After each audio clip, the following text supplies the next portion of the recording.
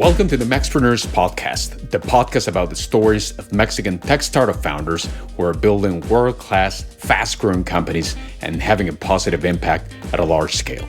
My name is Sergio Chavez. I'm a Mexican based in Germany, a tech startup founder, executive, and mentor, and your host.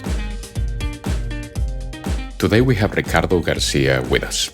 Ricardo is co-founder and CEO of Virtetic, a health tech startup based in Melbourne, Australia. Virtetic is revolutionizing the rehabilitation process for individuals who have experienced limb loss through immersive virtual reality and advanced game-based interventions. Their innovative platform helps patients prepare mentally and physically for prosthetics, making the recovery journey more efficient, empowering, and ultimately more human-centered. Virtetic has quickly gained awareness in the global healthcare community and is currently collaborating in initial trials with leading clinics and early adopters across Australia and Europe, showing significant improvements in patient outcomes. Ricardo is originally from Guadalajara, Mexico. He's an entrepreneur and researcher with a deep commitment to improving lives through technology. He holds both a bachelor's and a master's degree in Mechatronics and a PhD focused on human prosthetics. Ricardo has lived and worked in several countries, including Canada, Japan, Germany, and currently in Australia. In Australia, he has been based for over 10 years, where he completed both his master's degree and PhD at the University of Melbourne, and where he met his co-founders with who he started Virtetic. I hope you enjoy. Support for this episode comes from Skyflare, a cybersecurity company with a mission to make e-commerce safe for online shops and which currently protects dozens of Shopify-based businesses through its 360 degrees holistic protection. As an online shop owner, you know that every cent you spend in online advertisement counts, especially in Google AdWords. Therefore, keeping a tight control of your budget and the ROI are essential. Nevertheless, there are bad actors out there who can make those costs explode. Skyflare's Click Fraud Protection Solution helps you prevent and resolve those threats. At Mechpreneurs, we had the privilege to have Skyflare's founders in the podcast, including Juan Ocampo, a Mexican tech startup founder and Skyflare's chief operations officer. Visit skyflare.com/mechpreneurs to learn more and also to get a 10% discount during your first 3 months of your annual subscription. Skyflare is at the moment available in Europe, Mexico, and Canada through the Shopify App Store. Hello, Ricardo. Welcome to the show. Thanks, Sergio. Thanks for having me. Thank you, Ricardo, for being here. So please tell us, who is Ricardo Garcia? I guess if you want to put me in different boxes, so I'm an entrepreneur. I am also a researcher. I am Mexican, Australian. Like, I would not find myself saying I'm fully Mexican because every time that I go back to Mexico, I feel a bit weird. And I identify with a lot of the values in Australia. Person of many colors trying to make a bit of an impact in the world. We'll talk in a bit about your entrepreneurial part, but regarding researcher, so could you dive a little bit deeper into what exactly do you mean by researcher? I did a PhD research here in Australia in prosthetics. So I come from a background in mechatronics, sort of like robotics, and ended up coming here to Australia to do my research, aim to contribute to the world, positive way. And I ended up getting into the world of biomedical engineering and specifically prosthetics. That's where I made my tiny little dent into science and technology. And how exactly did that happen? So you actually started in the world of prosthetics in Australia, or were you already in the world of prosthetics before Australia, or how exactly did that transition happen? For Australia, I was working in the automation industry before I came here. And then I've always really liked trying a lot of different things. I think I have ADHD. I've always been sort of moving from one thing to the other, trying different things and seeing what sticks with me.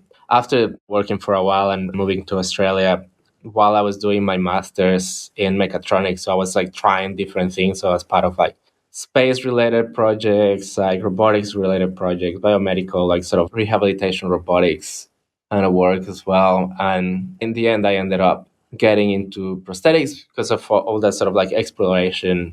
I quite like the idea of like, I've always liked human robot interaction and how people interact with machines from a sort of like science fiction and like real perspective. And I thought, oh, like prosthetics is the closest interaction a human and a robot will ever have, right? Because, you know, it's replacing a limb. it'd be a cool place to do research and have a positive impact, right? Like that's what I like sort of like biomedical engineering because it has that impact in health and the well-being of people. And you mentioned you tried different things. So walk us through those different things that you tried before landing into these. Even from my undergrad, so in my undergrad, even before my undergrad, when I was deciding what to study, probably high school, I was always sort of like, oh, maybe I'll do something in like international relationships or business, or then maybe architecture, or maybe like medicine, because my like family is like medicine. So I was like all over the place. And then the high school where I studied, they had this sort of subjects where you could try different degrees or different things. And I ended up landing in one that was for robotics, for recruiting for mechatronics engineering. And I really liked playing with the Legos and like programming and that sort of thing like back then, like ages ago. And that's sort of what drew me to robotics. Then in my undergrad, I started a club for aerospace and we were doing like remote control of planes. I got into racing cars, but like off road. So I was doing like a bunch of different things and I was all over the place. But then I did a research internship in the university in sort of robotics and rehab robotics. So that was my first taste of rehab robotics and robotics applied to health. And that was like probably the experience that really sort of set me on the path to say, this is really cool. I want to do research at some point. But then I worked for a few years in the automation industry. After a few years of that and seeing endless production of cars, I was like, maybe I should do something, that is a bit more positive for society and a bit more stimulating for my brain. That's when I moved here to Australia. And while I was doing my mechatronics engineering here for my master's, same thing. I explored a bunch of different things. I did a project in robotics, project in space program where we were building a microsatellite.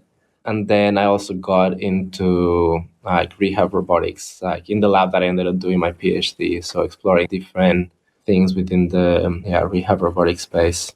And how exactly did you get the opportunity to try all these different things? So you were always like researching, like, okay, are there any programs there that look cool or look interesting? Or you had different people in your network that were like, hey, Ricardo, you should try this or you should try that, or it was a combination. Like, I'm fascinated with how you got the chance to put your hands in so many different topics, so many different types of projects. I think it was just me talking to people and being like, I want to do something, right? Because I've always wanted to like be hands on and do things and try things. So it was always sort of like talking to lecturers and the professors in the universities and being like, oh, like what are the opportunities to do things? Like I want to do something in this space. And they were like, oh, talk to this other guy. Or they would say like, oh, there's this project. Does anyone want to join? And I will always say like, oh yeah, I'll join and I'll raise my hand. And that's what got me into pretty much all of these projects. I would just go and talk to the professors and be like, oh, yeah, I want to do something with my free time. And if you've ever been in research, you would never say no to some free labor. But that got me into people saying, like, okay, I'll give you a shot. You have the initiative to come and say, like, I want to do something. They would give me like a small project to suss out if you're capable and are committed. And once they saw that I could do all these things, they would start handing me bigger projects. And at some point, I was actually working on one of the robots that were designed here in the lab that had some issues and like ended up fixing it up and doing a bunch of things that enabled some research. That was good fun. And when you mention research, so research has many different facets, many different ways of doing research. So what exactly is the type of research that you've done so far? Is it like publishing papers? Is it more about building things? Is it all of the above? In our case, it started with like a big problem. So two of the professors here at the university had this wide problem because like one of them is an orthopedic surgeon and he does limb sparing surgeries for like cancer patients. And he's like, well, I amputate people. Like I want people to be able to recover that function that I take away from them. So they started this project on prosthetics about recovering function through prosthetic limbs. So we started with that sort of problem and then looking at, well, what is missing right now in terms of like the capability of prosthesis. So the research really started with talking to people about the current problems, talking to people in the industry and doing that kind of research of what is the current state of the art to find something that fitted our skills and we could make a contribution for. So once we found that problem that you wanted to address, then it's a lot of like, okay, we have the problem of lacking of synchronous movement between the human and the prosthesis. How can we address that with a learning system and a synchronous system within the prosthesis, and then proposing solutions and then iterating over those solutions over time? But that already sounds like actual entrepreneurial work. It's so not only research work, but actually you found a problem, you try to find a solution. Of course, later on, it's about the monetization, how you build a sustainable business. But it seems that the type of research that you were doing actually was very nicely overlapping with your entrepreneurial journey. Yeah, 100%. I always tell people that a PhD and being an entrepreneur is not that different. They are both extremely underpaid. You get really overworked. There's a lot of uncertainty and anxiety, but the process is very similar. And Ricardo, you were also mentioning at the beginning, so you're Mexican Australian. How exactly did that happen? I was born in Mexico and raised in Mexico, in Guadalajara. And then when I first came to Australia was during my undergrad. So I did an exchange in Wollongong. So it's a city south of Sydney, small university city, basically. And I had an amazing time. And I really liked the life here in Australia, the vibe, the values, and everything, the opportunity. And I always wanted to go somewhere far from Mexico because I never felt identified with a lot of the social values in Mexico. Like there's some that I definitely do, right, around family and community, but there are some others that they're not something that I quite like about society in Mexico. So I thought it was a cool place. And then when I was looking for opportunities to go out and do my research and had the opportunity to get a scholarship to do that, among my options was Japan, was thinking maybe the UK, but then the weather is a bit rubbish there. But then I chose Melbourne, which also has fairly rubbish weather for Australia. But yeah, I quite identified with the multicultural society and the values that Australian people identify with. That sort of like inspired me to come here. And I guess that's what made it relatively easy for me to sort of embrace Australian life and identify myself as Australian. Like now an Australian citizen and pretty happy with that decision. So the logic behind your decision to go to Australia was, okay, let's try to go as far as possible. But from the different options that you had, because you mentioned not only weather aspects, but what was that major reason of going into Australia? Was it the fact of the scholarship? Was it a combination of different factors? Like what ultimately drove you to Australia? And also, if I'm not mistaken, you went there, you went back to Mexico, and then you ultimately decided to go fully into Australia. So what exactly was the logic behind that? In a similar way where I'm like trying a lot of things, right? So I've done that with living in different places, and my choice of working in the automation industry is something that it enabled me to live in different places. And I think I was fortunate enough from high school to start experiencing different cultures and living in different places. So I spent some time in Canada. Then I spent some time in Japan during uni, and also in Australia when I did my exchange. And that sort of like, I guess, introduced me to that multicultural society that exists outside of Mexico. Like Mexico is not that big in terms of having people from many, many countries mixing together. So that was sort of my introduction to it. And so Australia was like, oh, it's one of the cool places that I could live in. That was sort of like from high school to the end of my undergrad. And then I had the opportunity to work for a German automation company. And that had me traveling up for work in Europe. So I spent some time in Germany, in Hungary, and in Turkey. I made a big effort to sort of like travel a lot and experience different cultures. I really enjoyed the mixing together of different people. So I look for, I guess, like a country that has that. And Australia is a big country that is made out of immigrants, right? Everyone is an immigrant here. So I found that quite appealing. And I also didn't want, like, because the US is sort of like some cities in the US, you can find that as well. But I didn't want to go to the US or Canada because it's too close. And again, the thing about values, there are things that I don't identify with in terms of the values of American society. I guess it was partly a social aspect that drew me to Australia, and then the opportunity to do research in a very interesting topic in a well-recognized university. We will be right back for a conversation with our guest.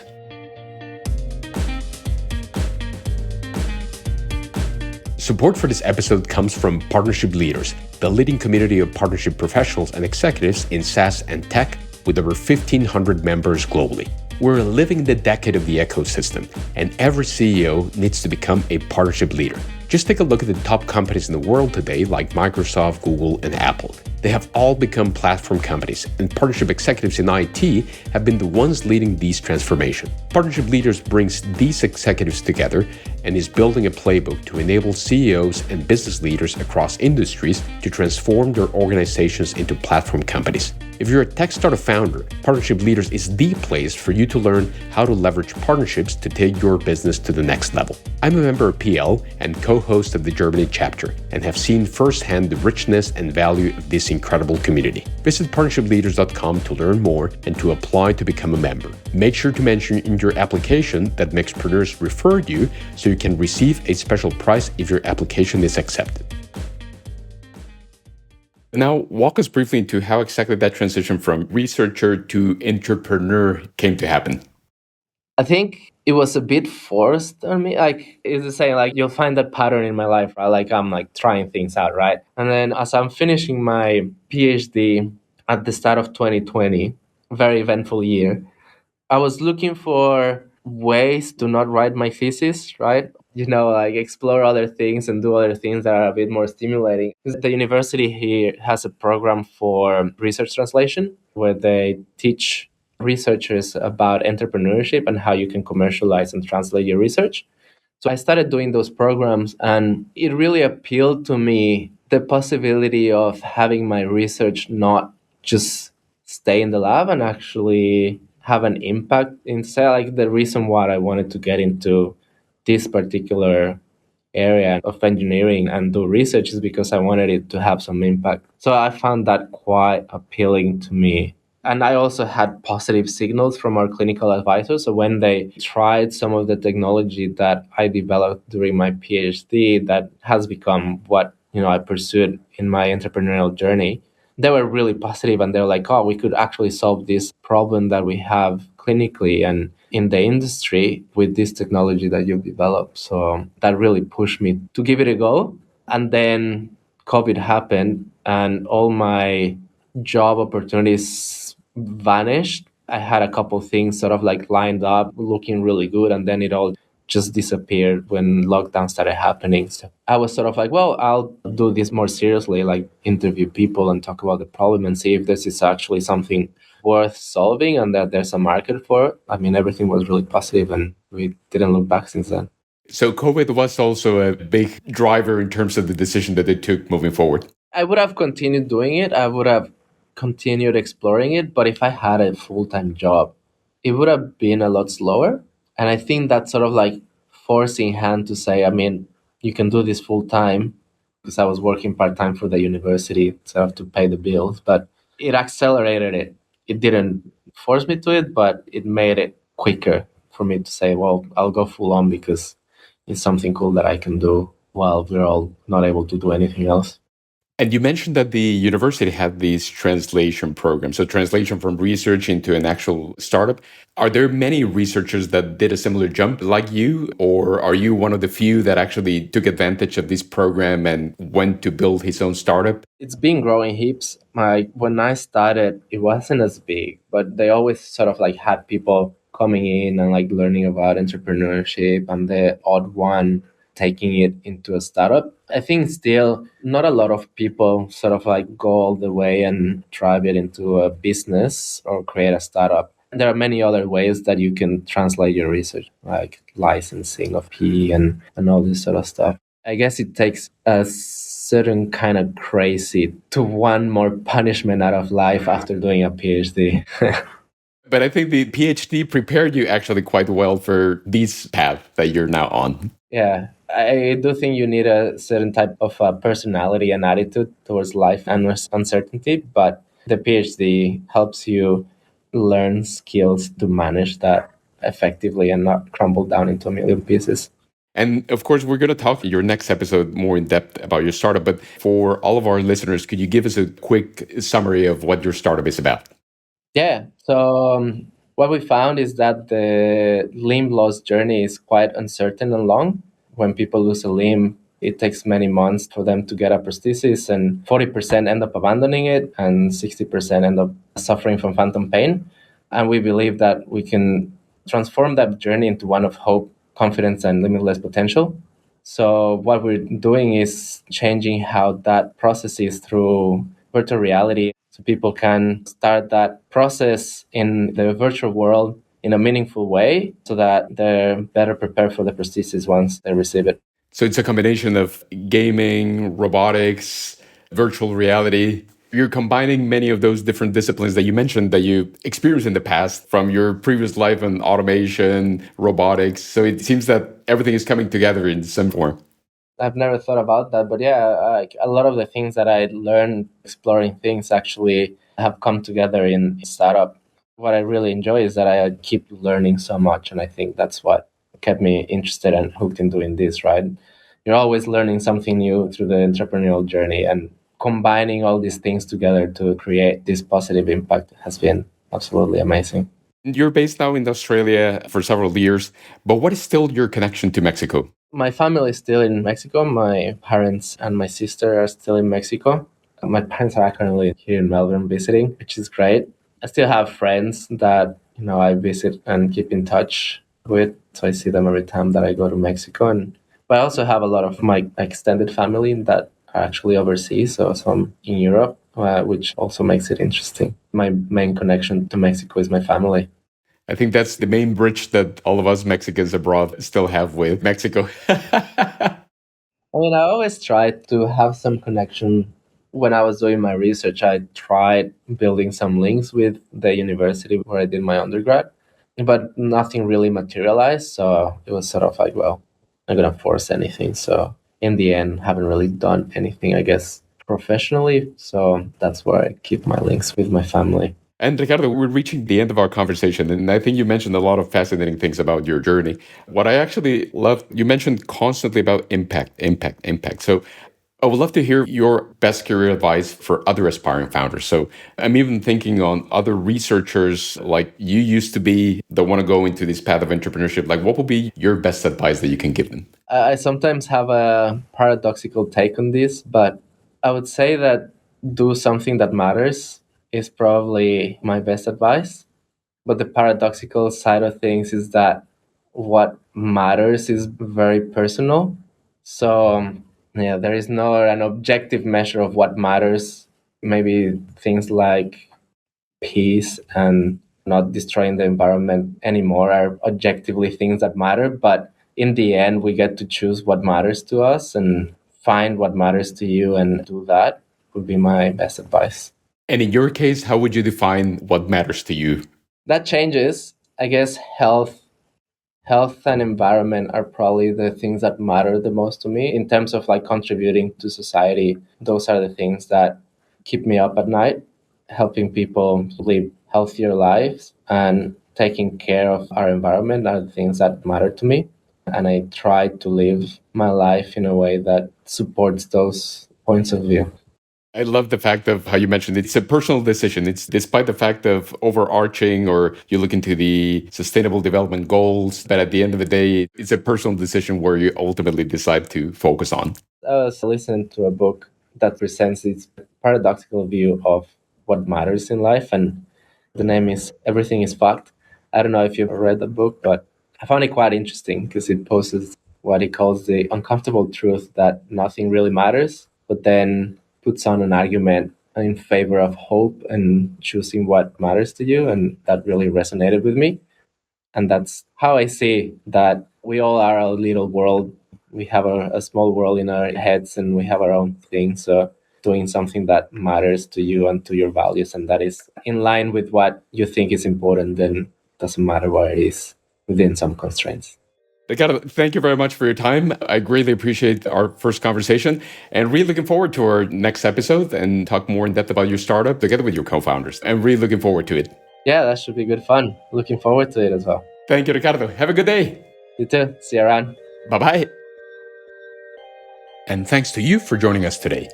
Please remember to subscribe via your favorite podcast app to be notified about new episodes and share with us your feedback. We would love to hear from you. Thank you also to the Mexpreneurs team, Valeria Morel, Hector Barragan from Hypervoltage, Francisco Jaimes, Pamela Elizalde, Katia Cruz, Rocío Marroquín. I am Sergio Chavez. See you next time.